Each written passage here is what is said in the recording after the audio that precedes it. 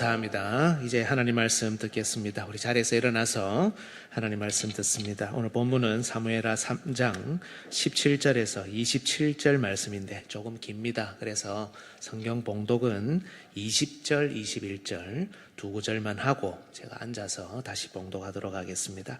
우리 다 같이 20절, 21절 큰 소리로 우리 말씀을 봉독합니다. 아브넬이 부하 20명과 더불어 헤브론에 이르러 다윗에게 나아가니 다윗이 아브넬과 그와 함께 한 사람을 위하여 잔치를 배설하였더라. 아브넬이 다윗에게 말하되 내가 일어나 가서 온 이스라엘 무리를 내 주 왕의 앞에 모아 더불어 언약을 맺게 하고 마음에 원하시는 대로 모든 것을 다스리시게 하리이다 하니 이에 다윗이 아브넬을 보내매 그가 평안히 가니라. 아멘. 자리에 앉아 주십시오. 오늘 원래 본문대로 17절부터 27절까지 제가 봉독합니다. 아브넬이 이스라엘 장로들에게 말하여 이르되 너희가 여러 번 다윗을 너희의 임금으로 세우기를 구하였으니 이제 그대로 하라. 여호와께서 이미 다윗에게 대하여 말씀하시기를 내가 내 종 다윗의 손으로 내 백성 이스라엘을 구원하여 블레셋 사람의 손과 모든 대적의 손에서 벗어나게 하리라 하셨음이니라 하고 아브넬이 또 베냐민 사람의 귀에 말하고 아브넬이 이스라엘과 베냐민의 온 집이 선하게 여기는 모든 것을 다윗의 귀에 말하려고 헤브론으로 가니라. 아브넬이 부하 20명과 더불어 헤브론에 이르러 다윗에게 나아가니 다윗이 아브넬과 그와 함께 한 사람을 위하여 잔치를 배설하였더라. 아브넬이 다윗에게 말하되 내가 일어나 가서 온 이스라엘 무리를 내 주 왕의 앞에 모아 더불어 언약을 맺게 하고 마음에 원하시는 대로 모든 것을 다스리시게 하리이다 하니 이에 다윗이 아브넬을 보내매 그가 평안히 가니라. 다윗의 신복들과 요압이 적군을 치고 크게 노력한 물건을 가지고 돌아오니 아브넬은 이미 보냄을 받아 평안히 갔고 다윗과 함께 헤브론에 있지 아니한 때라. 요압 및 요압과 함께한 모든 군사가 돌아오매 어떤 사람이 요압에게 말하여 이르되 넬의 아들 아브넬이 왕에게 왔더니 왕이 보내매 그가 평안히 갔나이다 하니 요압이 왕에게 나아가 이르되 어찌하심이니이까 아브넬이 왕에게 나아왔거늘 어찌하여 그를 보내 잘 가게 하셨나이까. 왕도 아시려니와 넬의 아들 아브넬이 온 것은 왕을 속임이라. 그가 왕이 출입하는 것을 알고 왕이 하시는 모든 것을 알려 함이니이다 하고 이에 요압이 다윗에게서 나와 전령들을 보내 아브넬을 쫓아가게 하였더니 시라 우물가에서 그를 데리고 돌아왔으나 다윗은 알지 못하였더라. 아브넬이 헤브론으로 돌아오매 요압이 더불어 조용히 말하려는 듯이 그를 데리고 성문 안으로 들어가 거기서 배를 찔러 죽이니 이는 자기의 동생 아사헬의 피로 말미암음이더라. 아멘. 우리 옆에 분들하고 인사 한번 하겠습니다. 말씀에 은혜 받읍시다. 네. 오늘 여러분 본문 조금 길었지만 읽으셨던 대로 내용이 이렇습니다. 오늘 설교 제목하고 똑같습니다. 첫 번째는 아브넬이 다윗에게 투항했다는 내용이고요. 그 다음에 요압이 그 아브넬을 죽였다라는 내용입니다. 이 부분 사무엘하 전반부 내용이 익숙하지 않으신 분들을 위해서 제가 간단하게 흐름을 설명하면 이렇습니다. 사무엘하 1장을 보면 사울 왕이 죽어요. 사울의 군사령관이었던 아브넬, 오늘 본문에 나오죠. 이 아브넬은 사울의 남은 아들 이스보셋을 옹립하여서 왕으로 세웁니다. 역사를 보면 이런 경우에 그 왕이 실권을 지는 게 아니라 왕을 옹립한 사람이 실권을 지게 되죠. 마찬가지로 아브넬은 나라의 모든 실권을 지게 되었고 계속해서 다윗과 전쟁하며 더 큰 권세를 가지려고 노력합니다. 하지만 오늘 본문이 들어있는 사무엘하 3장 1절로 들어오면 다윗이 점점 더 강해졌고 그 다음에 사울의 집은 점점 약해졌다라는 말씀이 나옵니다. 이것은 아브넬이 다윗을 상대로 벌였던 여러 전투에서 계속 패했다는 것을 의미하죠. 그런 와중에 아브넬은 더 큰 권세를 향한 탐욕을 숨기지 않고 드러냅니다. 그래서 그는 사울의 첩을 취합니다. 이스보셋이 이와 관련해서 질책하자 아브넬은 오히려 이스보셋을 윽박지릅니다. 내가 사울의 집에 은혜 베푼 걸 넌 모르냐? 당신을 다윗에게 내어주지 않고 왕으로 옹립했는데 지금 나에게 이런 걸로 허물을 돌린다는 말이냐? 이렇게 말입니다. 일이 있고 난 다음에 아브넬은 드디어 이스보셋을 배신하고 다윗에게 투항하게 되며 다윗은 또 이걸 받아줍니다. 여러분, 여기서 우리는 한 가지 의문을 던질 수 있습니다. 아브넬은 과연 선한 의도로 다윗에게 투항했을까라는 겁니다.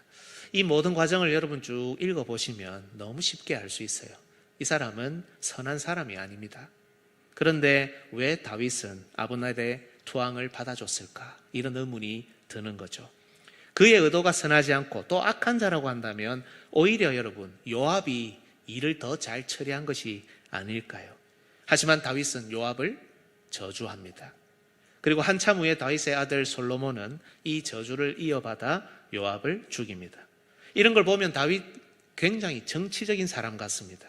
아브넬의 투항을 받아준 것은 사울을 따르는 이스라엘을 포섭하려는 이유가 아닐까 하는 생각이 들죠. 요압은 특히 다윗의 군 사령관입니다. 요압 평생의 삶을 잘 보면 다윗이 하기 힘들어하는, 하기 조금 그렇다고 생각하는 그 일들을 주로 대신 처리합니다.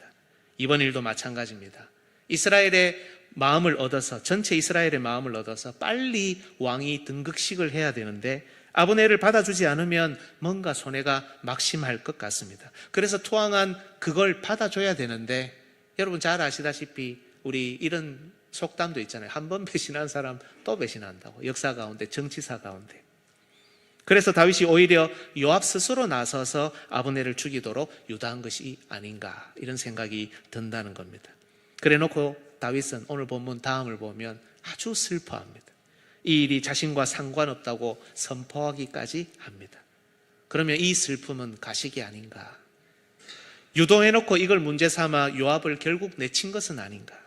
자신의 가려운 부분을 긁어줬던 고마운 요압인데 그 요압이라도 부담스러운 상대니까, 권세가 만만치 않으니까 다윗이 이런 방식으로 요압을 처리하고 견제한 것이 아닌가, 이런 생각들이 든다는 겁니다. 이 모든 것은 지금 다윗이 일종의 정치적인 사람으로 정치적인 행보를 하는 것이 아니냐라는 생각이 우리에게 들게 한다는 겁니다. 하나님께서 세우신 왕이라며요. 그것도 사울과는 구별된 참된 왕이라고 하는데 다윗도 별 수 없는 것이 아닌가, 이런 생각이 든다는 겁니다. 하지만 여러분, 우리가 이런 역사적인 본문을 묵상할 때 역시 기억해야 될 중요한 사실이 하나 있습니다.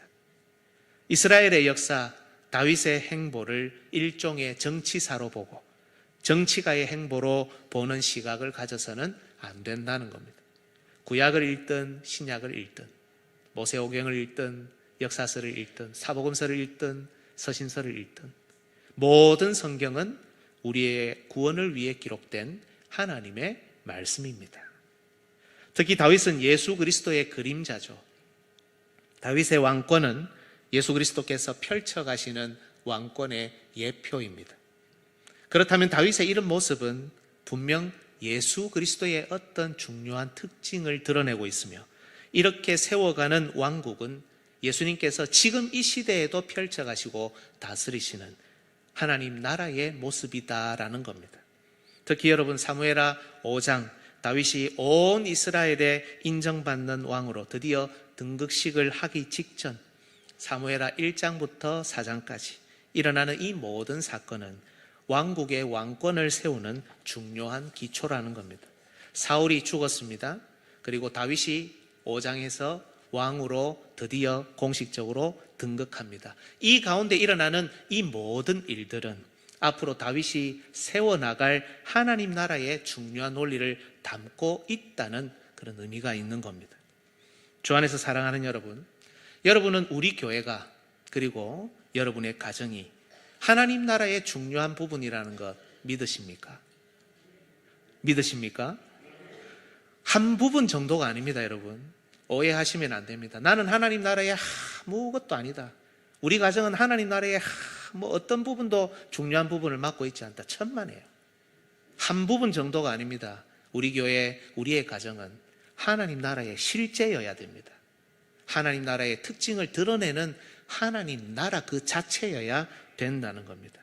특히 올해 우리는 하나님 나라로서 우리 교회가 비상하기를 꿈꾸고 있습니다. 영적인 부흥을 소망합니다.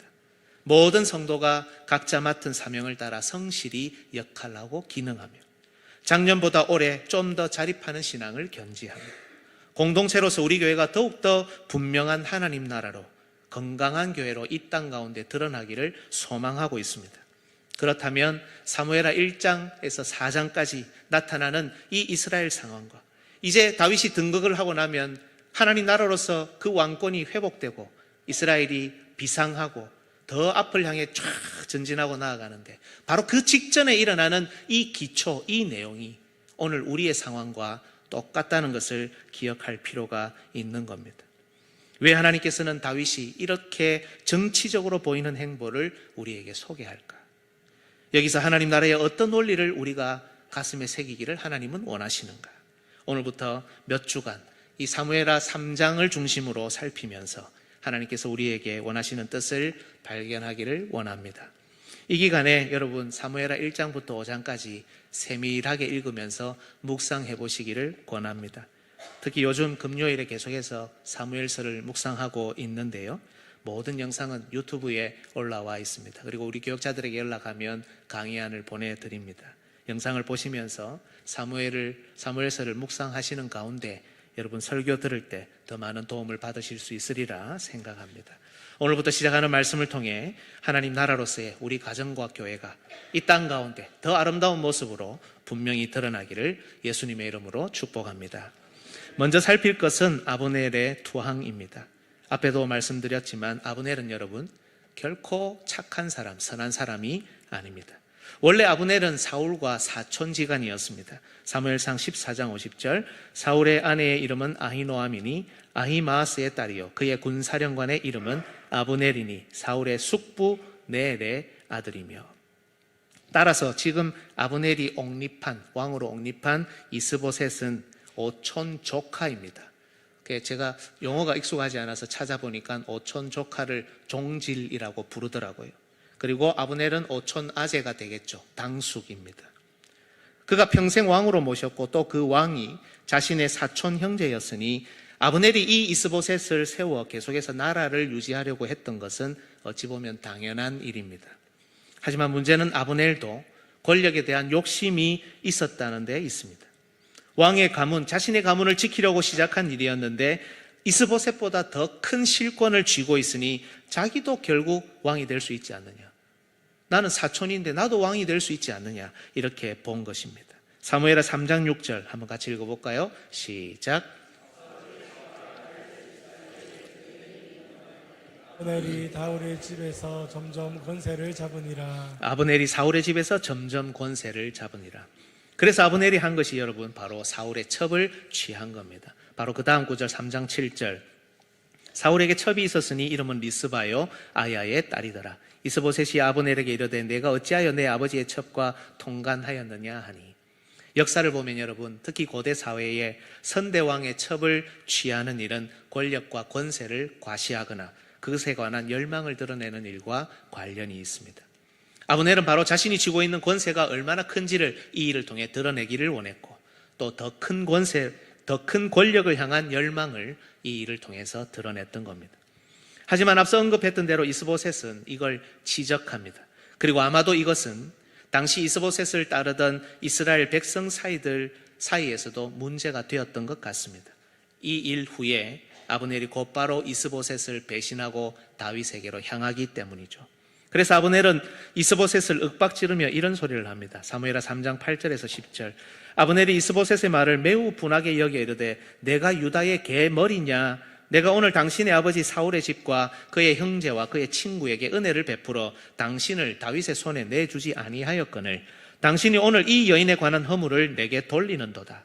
여호와께서 다윗에게 맹세하신 대로 내가 이루게 하지 아니하면 여러분 요거 잘 기억하십시오. 내가 이루게 하지 아니하면 하나님이 아브넬에게 벌 위에 벌을 내리심이 마땅하니라. 그 맹세는 곧 이 나라를 사울의 집에서 다윗에게 옮겨서 그의 왕위를 단에서 부엘세바까지 이스라엘과 유다에 세우리라 하신 것이니라 하매 여러분 이 본문에 따르면 놀랍게도 이스보셋, 아브넬 그리고 이들을 따르는 이스라엘 백성들은 하나님이 다윗을 세우셨다는 사실을 알고 있습니다.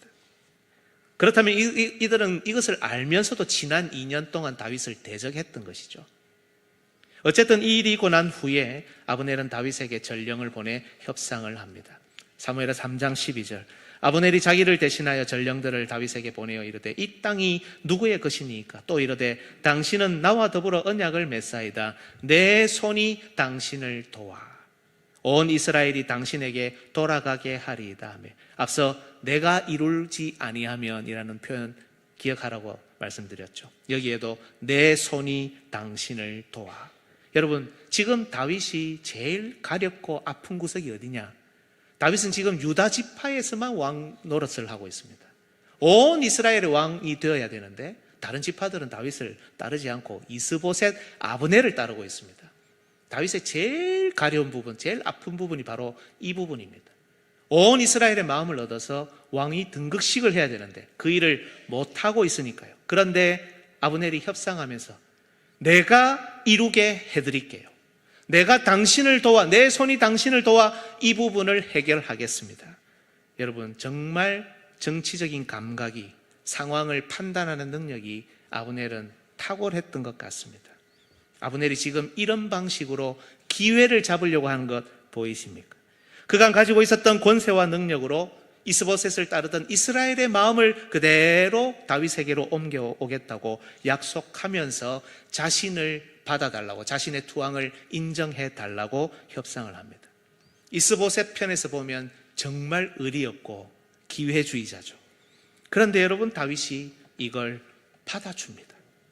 물론 한 가지 조건을 내거는데요, 그건 자신의 아내 미갈을 데려오라는 겁니다. 미갈은 사울이 다윗이 도망 다닌 후에 다른 남자에게 이미 준 아내입니다. 어쨌든 아브넬은 미갈을 데리고 오면서 오늘 우리가 읽은 본문처럼 자신과 사울이 속했던 베냐민 지파와 이스라엘 백성들에게, 장로들에게 다윗에 관한 하나님의 약속을 다시 언급하며 같이 가자고 회유합니다. 그게 18절에 나옵니다.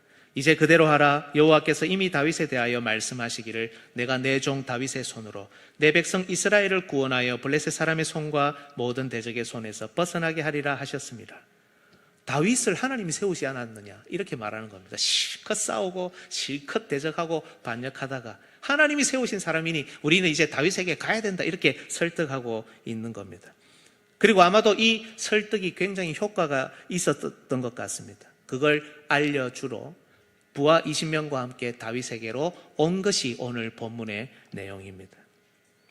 주 안에서 사랑하는 여러분, 만약 여러분이 다윗이라면 이런 기회주의자를 받아주겠습니까? 불안하잖아요. 못 믿겠잖아요. 뭔가 장치를 걸어야 하지 않겠습니까? 아브넬이 가지고 오는 결과가 다소 좋기는 합니다. 하지만 아브넬이 보였던 그간의 행보를 보면 결코 신뢰할 수 없는 사람입니다.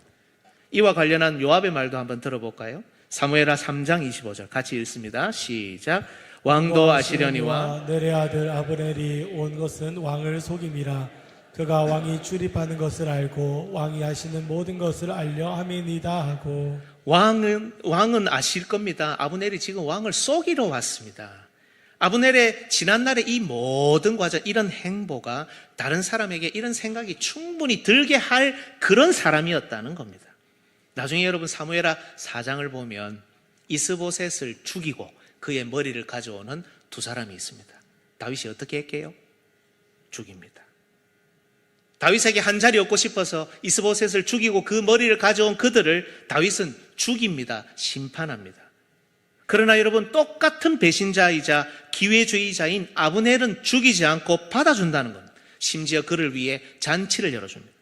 아브넬이 말하는 모든 기회주의적인 말을 다 받아줍니다. 심지어 이것은 다윗이 정치적인 감각을 부리는 것으로 기회주의자인 것처럼 보이도록 만드는 것인데도 말입니다. 여러분, 왜 다윗은 아브넬을 받아주고 있을까요? 과연 다윗도 아브넬을 정치적으로 이용하는 것은 아닙니까?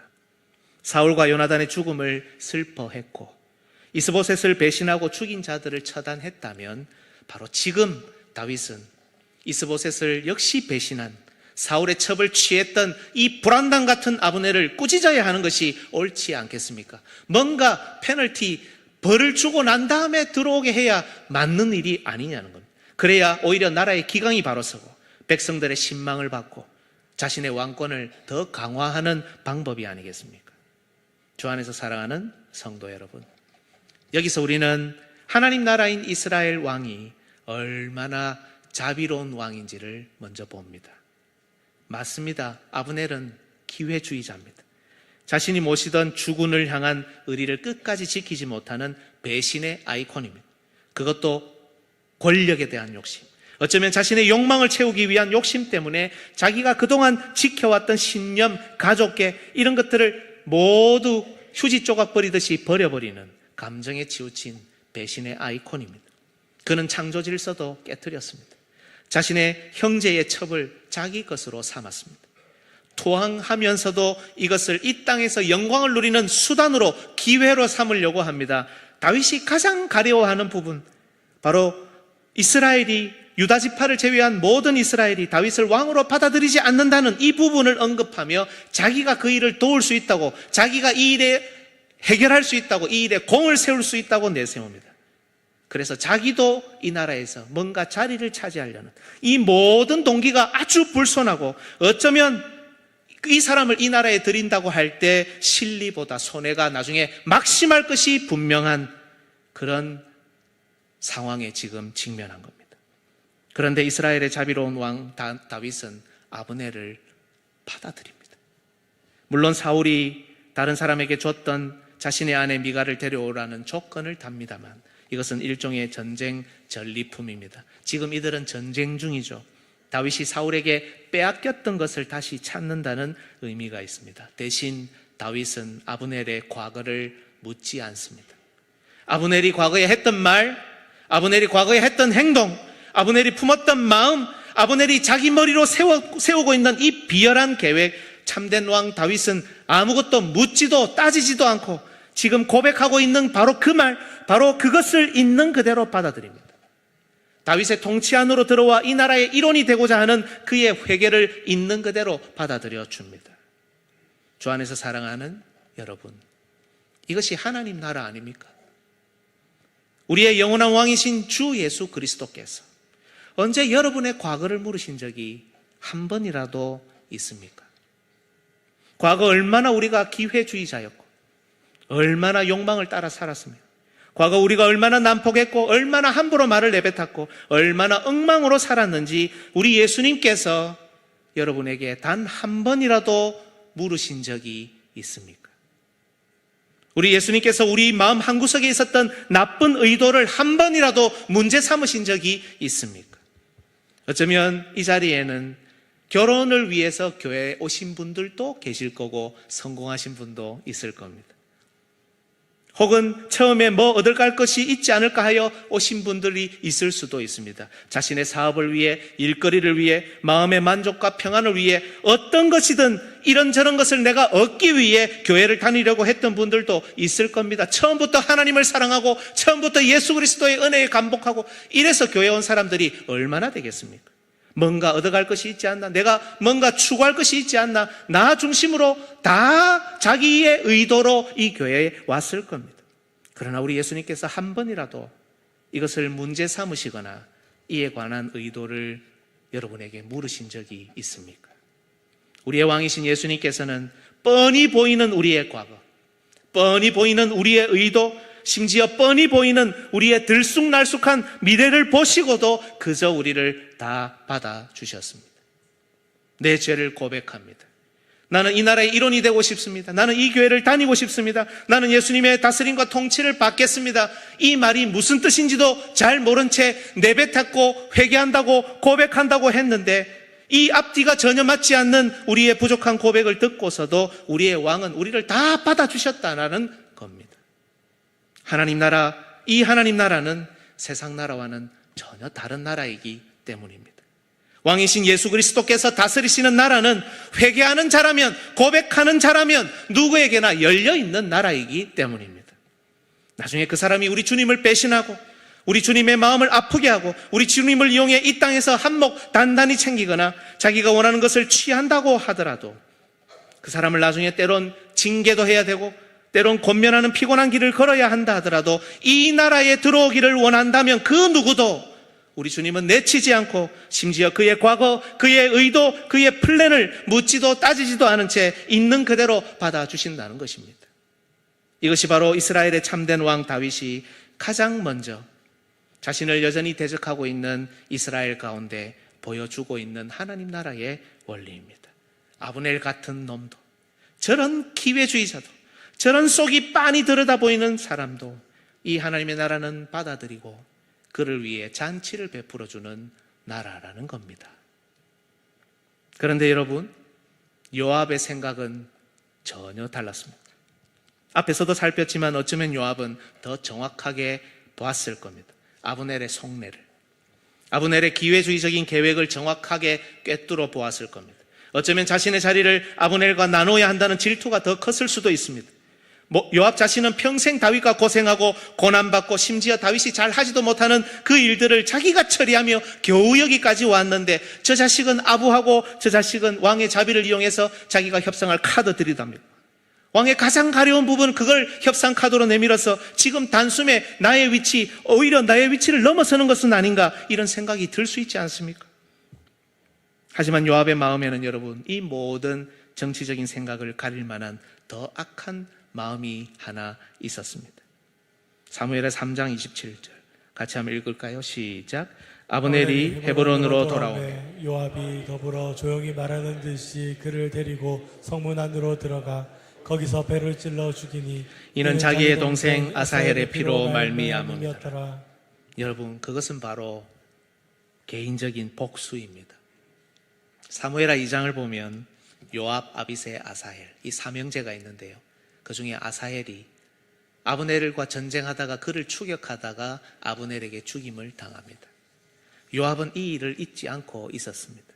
아니 어쩌면 아브넬을 향한 질투가 불일 듯 일어났을 때, 다윗에게 섭섭한 마음이 바로 이 순간 일어났을 때 잊고 있었던 이 개인적인 원한, 복수심이 불같이 같이 일어났을 수도 있습니다. 하나님께서 이 나라의 왕으로 세우신 다윗이 그를 용서하든 말든, 다윗이 이 아브넬을 받아들이든 말든 아랑곳하지 않고 아브넬을 속이면서 무참히 살해했습니다.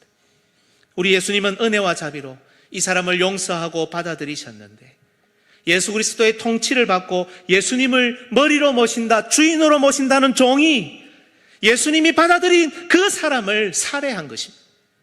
자신의 사사로운 복수를 위해서 말입니다. 이로써 다윗을 통해 온 왕국에 드러났던 은혜와 자비의 복음이 훼손되었습니다. 자신으로 인해 다윗이 비열한 왕으로 오해를 받아도 상관없다는 겁니다. 다윗이 그간 쌓아왔던 그 이름과 명성, 그 자비로움, 백성 한 명 한 명 붙들고 환난당한 자, 빚진 자, 마음이 원통한 자 그 한 명 한 명 붙들고 일으켜왔던 하나님 나라의 원리가 무너져도 나는 전혀 개의치 않겠다라는 겁니다. 나의 복수만 할 수 있으면, 내 자리와 존재감을 드러내고 지킬 수만 있으면 나는 주저하지 않겠다는 겁니다.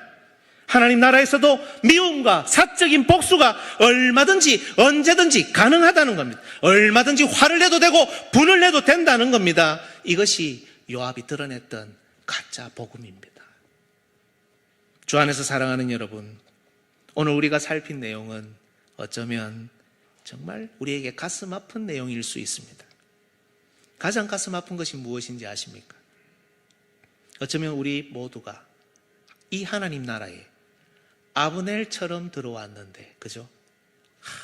아무것도 묻지 않으시고 따지지 않으시고 우리를 받아주셨는데 우리가 지금 요압처럼 말하고 행동하는지도 모르기 때문입니다. 우리를 조건 없이 받아주시는 예수 그리스도의 은혜와 자비를 입었음에도 교회와 하나님 나라를 위한답시고 우리는 너무 많은 것을 생각하고 우리는 너무 많은 조건을 내세우며 우리는 너무 많은 장애물을 우리 스스로 세워놓고 있을지도 모르기 때문입니다. 저 완악한 아브넬을 거부하며 저 완악한 아브넬을 제거해 하나님 나라를 지킨다고 할지 모르지만 사실은 자신을 죽이는 요압 같은 삶을 살고 있는 것이 아닌가라는 생각 때문입니다. 여러분은 어떻습니까? 아브넬처럼 들어와 변화되고 성숙한 다윗 같은 삶을 살아가고 있습니까? 아니면 아직도 아브넬처럼 들어왔는데 요압 같은 삶을 살고 있습니까?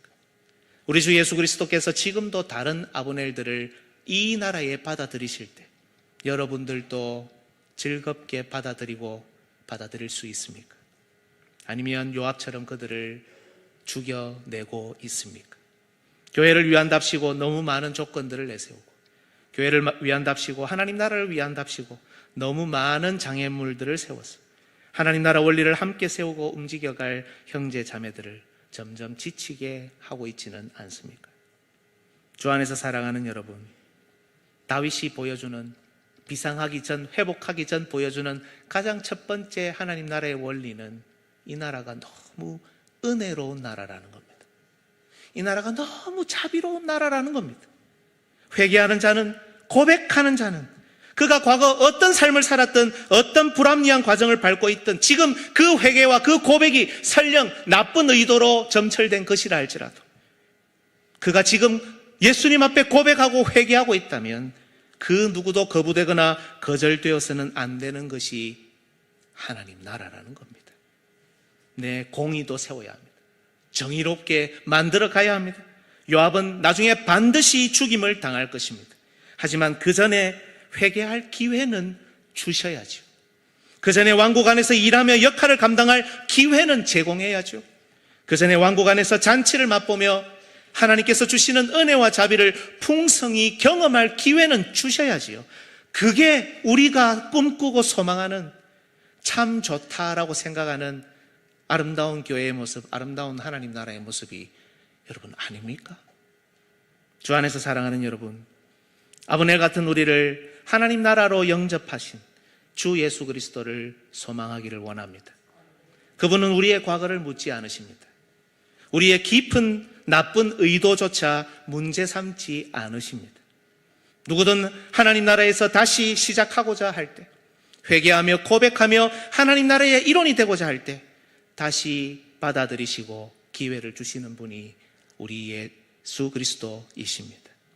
또한 요압처럼 복음을 훼손하지 말고 우리 주님께서 용서하시고 사랑하신 다른 아브넬을 향한 은혜와 자비를 우리도 보입시다. 우리와 우리 가정 그리고 우리 교회가 은혜와 자비의 복음이 살아있는 왕성한 하나님 나라로 발돋움할 수 있기를 예수님의 이름으로 축복합니다. 아멘.